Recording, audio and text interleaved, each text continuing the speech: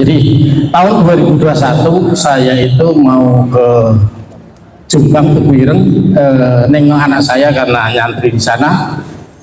Sampai di Semarang saya dicegah sama teman saya di Semarang, namanya Agung, tapi saya biasa manggil Tisen, itu teman kuliah saya.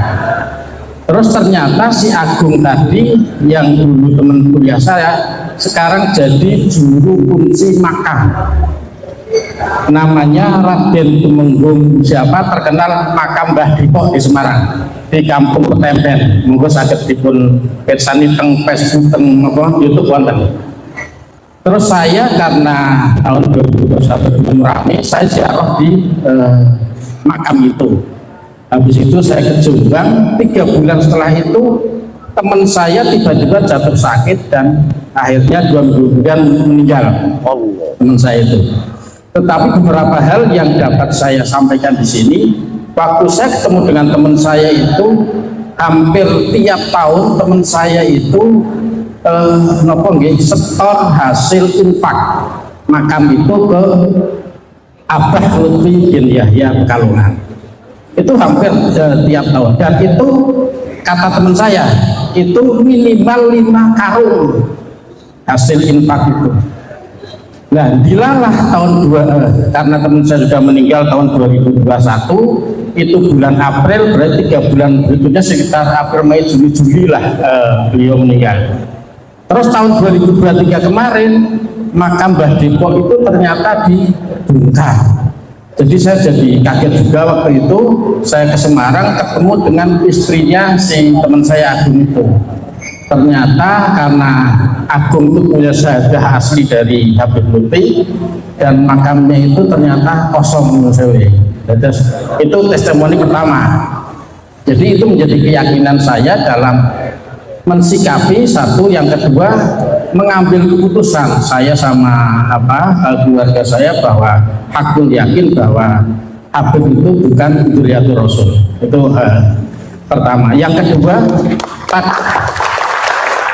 pada bulan Juli kemarin, Kang Sairi sedikit lagi. Pada bulan Juli kemarin, 1 bulan yang lalu, saya diamanati dari orang tua saya disuruh menjual mobil Panther tahun 97. Nah, ada teman Muhyiddin Purbalingga berdomisili di mana, di Bojongsari, nelpon saya, Kang nyun sewu, saya mau lihat mobilnya. Akhirnya mobil itu saya parkir di garasi, terus saya lihatkan si orangnya itu bilang, ini yang mau beli bukan saya Kang, tapi Habib Salim dari Selawi. Nah, akhirnya karena Habib saya tetap hormat, karena saya pernah punya guru, Habib Lutfi itu guru saya. Saya tahun 87 sampai tahun 90 waktu saya aliyah, saya mondok di pondok pesantren Ribatul Mutalimin di Pekalongan, di Nahrawi. Jadi saya tiap seminggu sekali itu terus saya tiap hari Minggu itu saya selalu ikut rutinan tempatnya Habib Lutfi, Sibtu Duror sama Rotib Al-Hadad. Jadi 2 hal itu yang saya ikuti selama 3 tahun saya ikut Habib Lutfi. Sudah lebih dari 4 menit. Terus nggak apa-apa. Melanjut yang tadi, yang bulan Juli tadi, akhirnya Habib Salim dari Selawi itu mau beli mobil saya. Itu pas hari Jumat. Justru saksinya ada istri saya, ada Muhyiddin yang dari Bojongsari, namanya Cak Husen. Terus waktu sholat Jumat, saya bilang, Beb, ini Jumat, tolong Jumatan dulu bareng-bareng gitu. Ternyata Habib Salim itu bilang musafir gitu, dari Selawi ke sini. Saya bilang, itu terserah ente Beb, monggo musafir atau tidak, yang penting saya sudah mengingatkan. Habis Jumatan saya ngasih makan, saya kasih makan, saya belikan makan. Itu ngobrol sampai lebih dari jam 4, artinya sudah waktu asar sudah selesai. Artinya di situ ada Habib, ada Cak Husen yang memang tidak sholat Jumat, tidak zuhur sampai asar. 2 hal itu yang menjadikan keyakinan saya bahwa ternyata memang nggak mungkin kalau dzurriyyah Kanjeng Nabi itu syariat tidak melakukan. Jadi pasti itu bukan dzurriyyatur Rasul. Jadi begitu. Assalamualaikum warahmatullahi wabarakatuh. Ini banyak selanjutnya Nggak sholat. ini testimoni dari selanjutnya Pak Bagus. Gus, sini. Kalau testimoni biarin aja, bagus itu.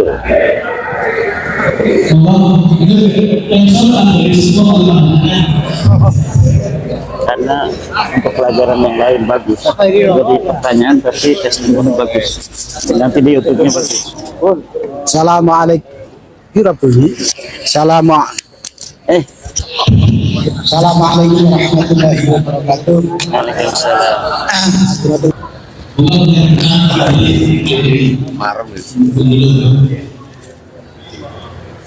Assalamualaikum warahmatullahi wabarakatuh. Yang saya hormati Kiai Imad, yang saya hormati Sohibul Mahad, Kiai Sahal. Sebenarnya kita semua mempunyai perasaan yang sama. Bahkan hampir seluruh Indonesia kita mempunyai perasaan yang sama, yaitu mempunyai tanda tanya terhadap para habaib, para habib. Nah, untung ada seseorang yang berani menarik pelatuk, sehingga pelatuk yang lama sudah siap, ini tidak ada yang berani memicu. Alhamdulillah Kiai Imad lah orang yang berani mengambil senapan kemudian menarik picu itu, menarik pelatuk itu sehingga meledak. Lah dari ledakan inilah bermacam-macam kontroversi itu terjadi, sehingga nyuwun sewu kepada Kiai Imad, walaupun secara formal, secara organisasi NU masih menafikan panjenengan, masih tidak mempercayai tesis panjenengan, tapi insya Allah banyak warga negara Indonesia yang sepakat, yang mendukung gerakan panjenengan. Oleh karena itu PR untuk panjenengan, yaitu panjenengan mohon untuk mencari jalan searif mungkin, sebaik-baiknya untuk mendekati para kiai sepuh yang masih hormat, yang masih ta'zim, yang masih ya nyuwun sewunya di bawahnya para habaib. Lah kiai-kiai itulah monggo panjenengan dekati. Gerakan Imaduddin ini mempunyai PR untuk mendekati bagaimana caranya agar para kiai sepuh yang menolak panjenengan itu bisa luluh. Sekian, assalamualaikum warahmatullahi wabarakatuh. Terima kasih. Yang satu lagi. Assalamualaikum warahmatullahi wabarakatuh.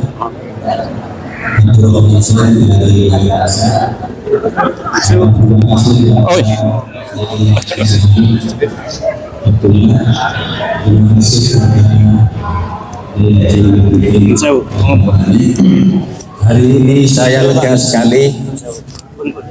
Setelah puluhan tahun saya menunggu bahwa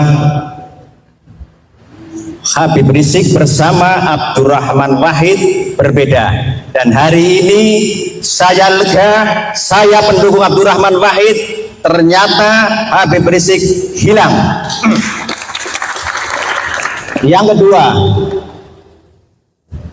kedua yang duduk di sini Imad, Muhyiddin, Habib Lutfi semua. Nanti dulu, jangan dulu jawab. Sampai bukti di Masjid Balai Raksa ingin kedatangan Habib Lutfi, tidak sampai batunya dibawa ke Palongan, ditandatangani, tanda tangannya masih ada di Masjid Balai Raksa. Itu pertanda bahwa di sini masih Muhyiddin Habib Lutfi bin Yahya. Kalau hari ini saya nggak tahu. kemarin. Yang ketiga, saya urut biar cepat 2 menit kan. Ya. Yang ketiga, saya sepakat dengan pertanyaan bagaimana dengan kalau saya tidak mengatakan PBNU, saya akan mengatakan dengan Kiai Miftahul Akhyar. Satu. Yang kedua dengan pondok pesantren yang ada di Sidogiri. Yang ketiga dengan pondok pesantren yang ada di Jawa Timur, Kediri. Dan bagaimana menyikapi seorang kiai dan anak buahnya yang umatnya ribuan juga masih tetap tidak ke Kiai Imad, juga tidak ke Kiai Habib. Bahkan Habib itu bernaung di situ, yaitu dan saya salah satunya adalah Muhyiddin Mbah Maimun Zubair. Tapi saya sudah menentukan sikap, saya mendukung Kiai Imad. Mbah Maimun Zubair beserta kiai-kiai di bawahnya belum ada yang memberikan sikap tegas. Itu yang di tengah-tengah. Kemudian ada di Kediri, ada yang di Peloso itu, kemudian di Sidogiri. Bagaimana sikap kita ditambah dengan Kiai Miftahul Akhyar, langkah-langkah itu. Kemudian saya sampaikan jazakumullah khairul jaza, semoga Kiai Haji Sahal Abdullah panjang umur, manfaat sebagai panutan kita. Yang kedua, Kiai Haji Imaduddin Al-Bantani, terus saya dukung perjuangannya sampai kapanpun untuk menegakkan kebenaran. Dan terakhir, kemarin masih diharamkan tentang tes DNA. Hari ini saya terjawab walaupun baru sedikit oleh pembahasan Kiai Sahal Abdullah tadi pada waktu tentang menerangkan salah satu sirnya Allah adalah tes DNA. Saya menyimpulkan seperti itu.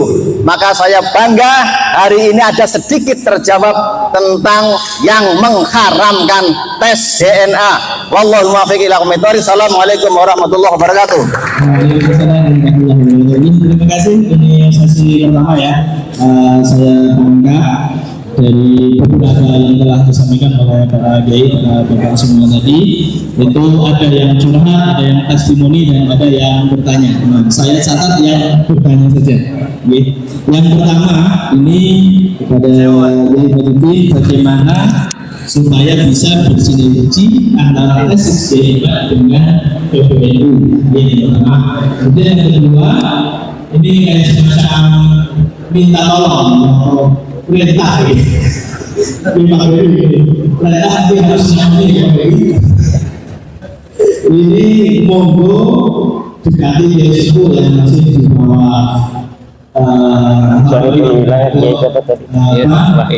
punya kekuasaan. Kemudian yang terjadi bagaimana menyikapi dia besar atau dia yang rumahnya banyak atau pesantrennya besar tetapi belum berkomentar secara ilmiah, dalam arti masih di bawahnya nanti. Jadi sesi pertama, kemudian sesi kedua nanti selain ini yang ada hubungannya dengan urusan kemerdekaan adalah hak segala bangsa. Jadi ada kaitannya dengan kebangsaan atau keindonesiaan. Monggo berhubungan tiga ini. Terima kasih. Pertama, terima kasih saya ucapkan kepada Sahibul Wilayah Kiai Wahid dan atas doa-doanya. Ini adalah merupakan sebuah alamatun min alamatil khair bagi saya, bahwa memang apa yang saya lakukan itu dinilai oleh tokoh masyarakat, ada manfaat yang bisa diambil oleh banyak orang. Buktinya adalah dari pernyataan Kiai Wahid tadi. Untuk pertanyaan bagaimana upaya saya untuk agar pembahasan penelitian tesis saya itu bersinergi dengan PBNU. Ya, saya kira secara kelembagaan PBNU pada hari ini tidak ada kata menolak tesis saya, walaupun memang belum ada kata menerima tesis saya. Tidak ada. Ada beberapa tokoh di PBNU hari ini yang mengatakan terlihat nampak berseberangan itu kan cuma satu orang. Yang jelas-jelas itu beliau menolak. Itu pun beliau menolak bukan pada isi daripada tesis saya. Yang beliau tolak itu adalah karena menurut beliau saya kelihatannya maksa orang untuk mengikuti saya bahwa Ba'lawi ini bukan turunan Nabi. Gus Fahrur itu mengatakan bahwa dia bukan menolak isinya, tapi menolak saya kelihatannya memaksa orang untuk percaya bahwa Ba'lawi itu bukan turunan Nabi.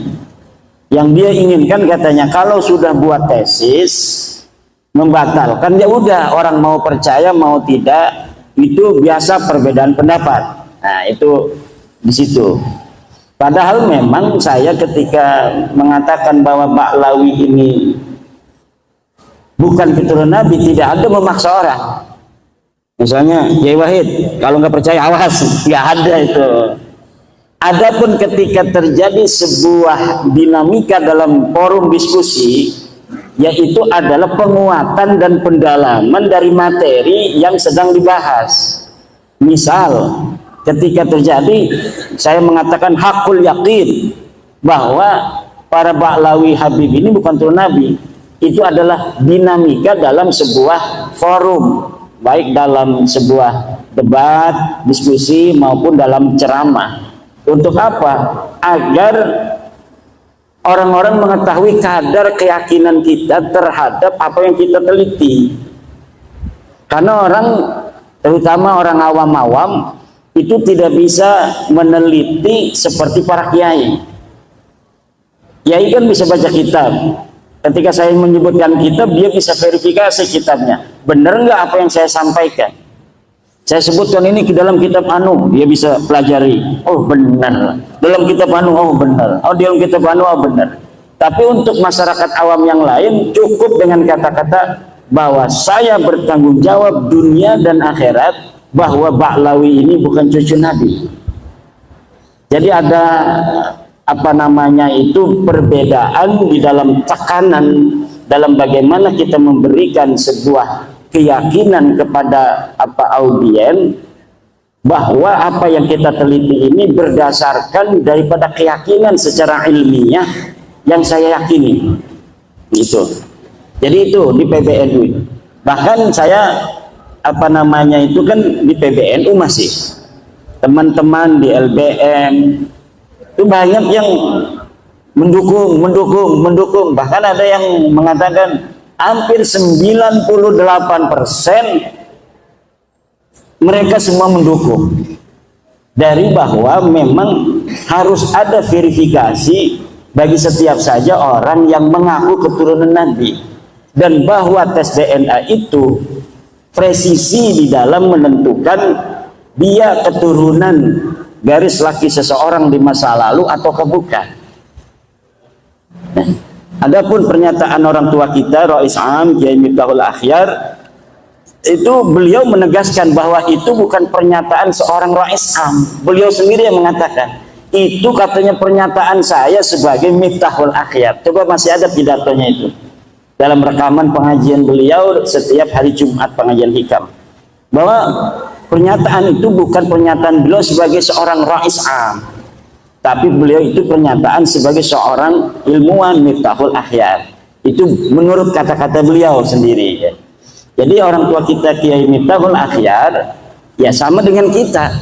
Kita sebelum ada orang, misalnya saya sebelum meneliti itu bahwa ya Habib ini turunan Nabi, rumah saya itu ya sering didatangi Habib walaupun tidak dawir. Karena ada seorang Habib punya nenek ya masih keluarga. Dulu itu masih neneknya ya orang sana, orang kampung saya. Jadi sering ada Habib-Habib yang di rumah. Kemudian hari ini pun ada Baklawi yang tetangga saya.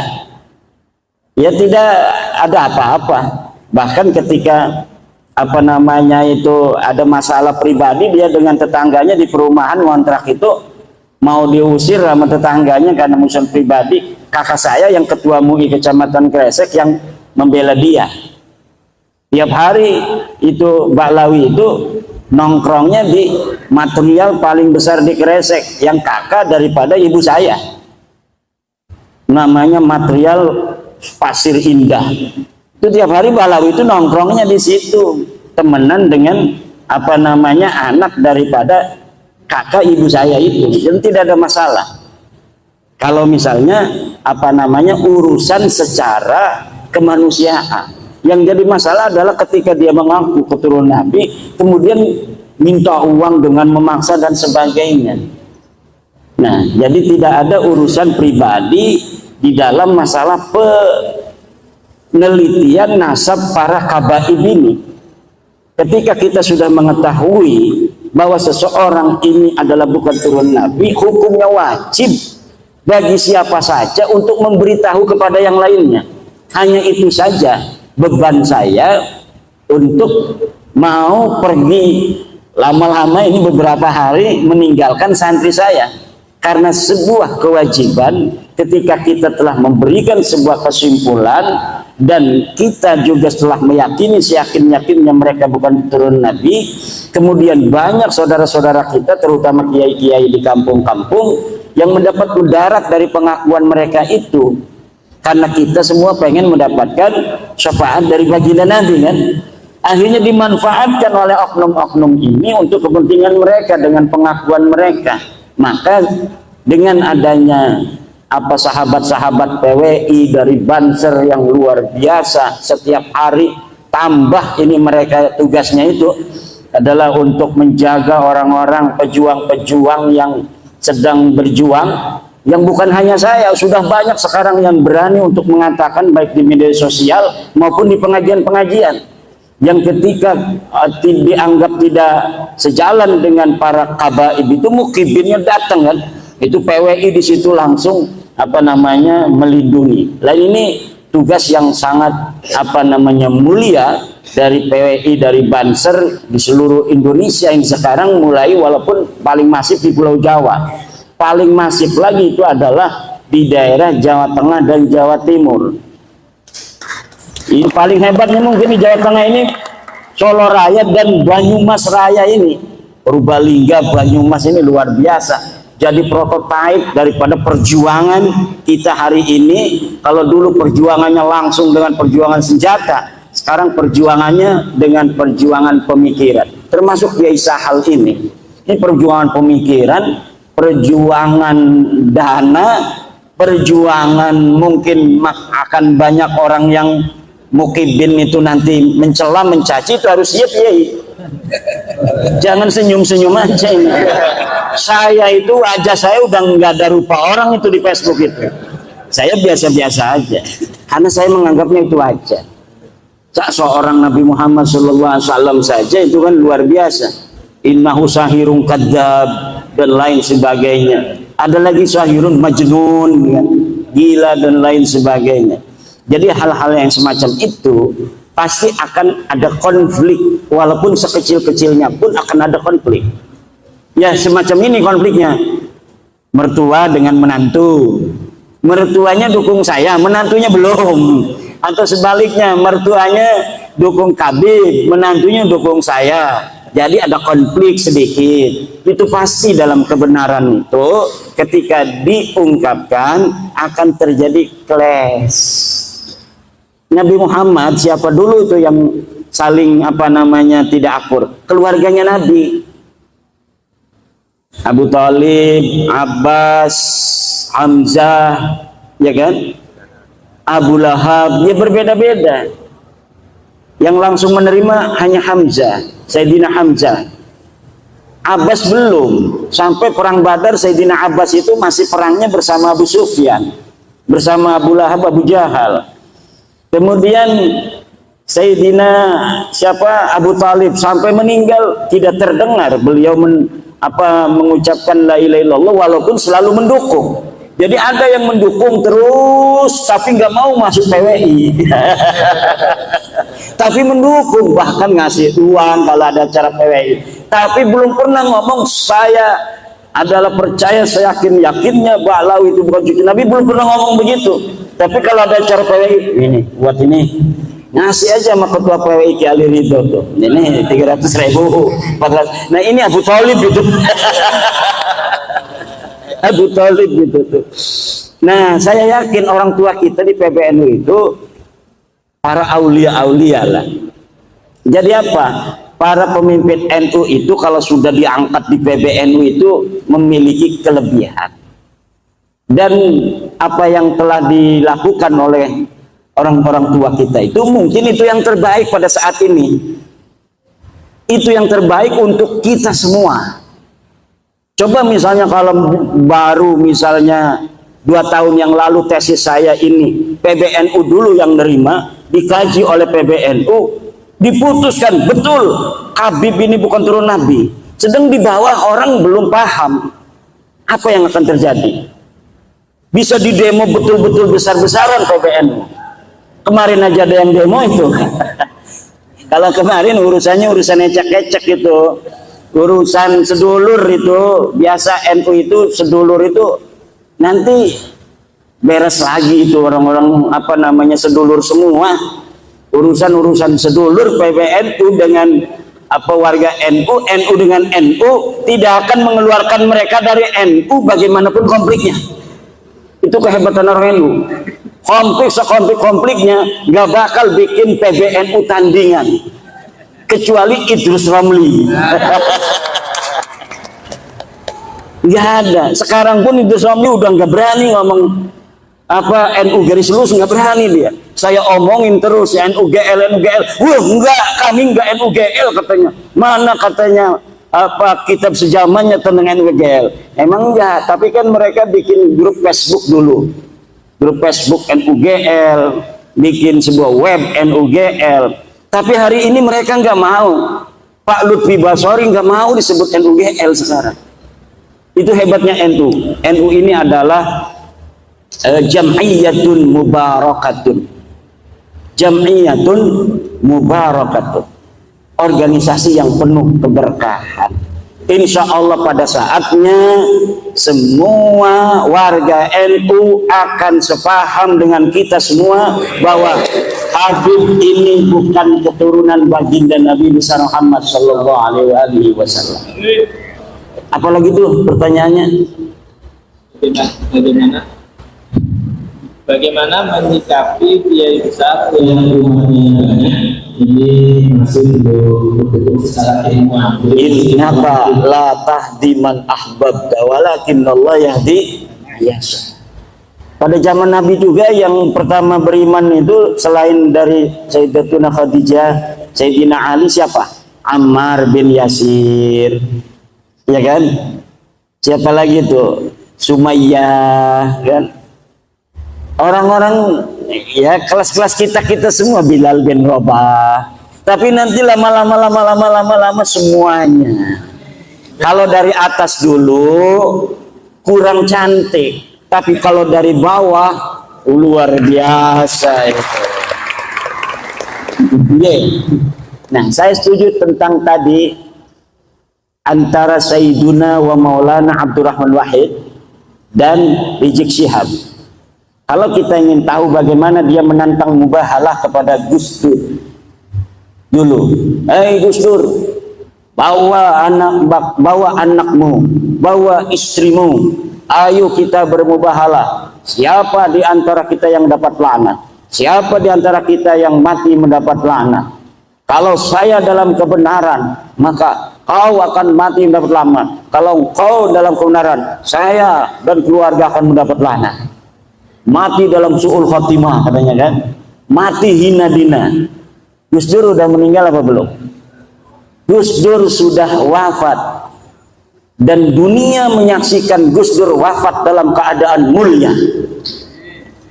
Gus Dur wafat sebagai seorang presiden yang diiringi sampai liang kuburnya dengan penghormatan paling tinggi dari negara Republik Indonesia, dihadiri oleh presiden dengan iringan la ilaha illallah oleh para santri. Ribut antara pas pampres, antara protokol negara dengan protokol santri.